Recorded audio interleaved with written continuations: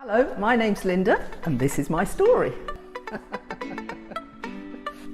I'm Linda, this is my life. Oh, sorry, this was my story.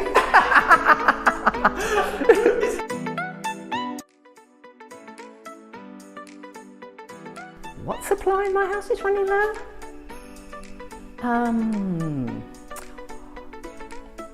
Grapefruit juice. I love grapefruit juice for my breakfast.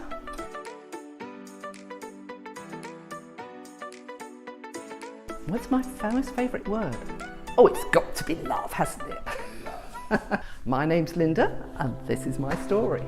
I grew up in a good home, but at 14, a friend from school took me to a Youth for Christ rally where I first encountered the reality of the truth of the story of Jesus, and it impacted in my heart in a way that I hadn't expected, but I found once I had been able to give my heart over to Jesus that things started to change. I started to desire to serve him, to follow and to learn, but I still wanted to choose my own life.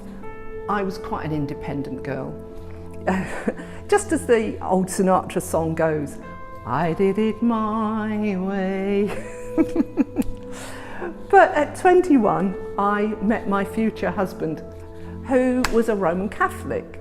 And as I had been brought up an Anglican, we had long discussions about the differences, and that set the pace for us to chew and search and learn as we went on. We gradually discovered more and more about the love of God and who he was as a heavenly father. So I've started to be able to let go of that independence bit by bit by bit. But I have to tell you, that journey still continues now, because do you know what? I still want to do things my way. But I have mostly learned that his ways are best. And then he's talking about my loving Heavenly Father. He has taken Dave and I on this incredible journey of life. But it has had its ups and downs, as most people's lives do.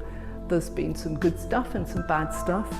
Our marriage in the beginning was actually quite, well, I'd say very tricky at points. And we didn't know we were going to make that first year. But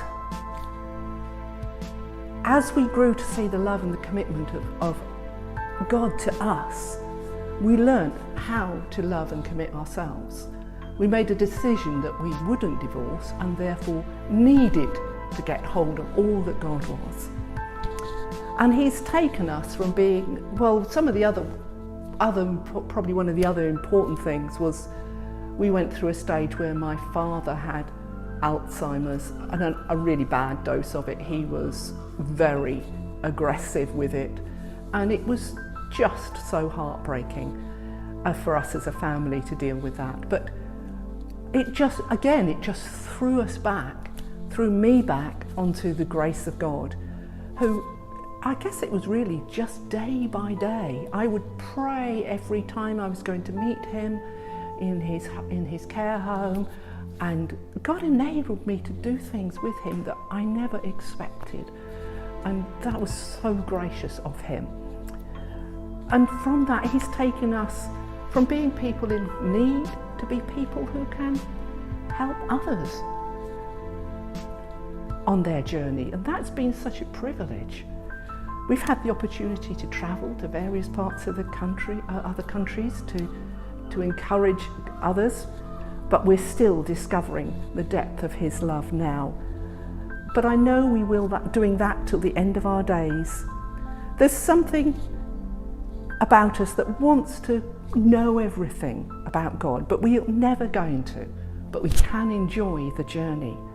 As my lovely husband says, we can live the adventure that is Christ. And if you've ever heard of the book called Pilgrim's Progress, that's a brilliant illustration of my journey, my story. I'm Linda, and this is my story.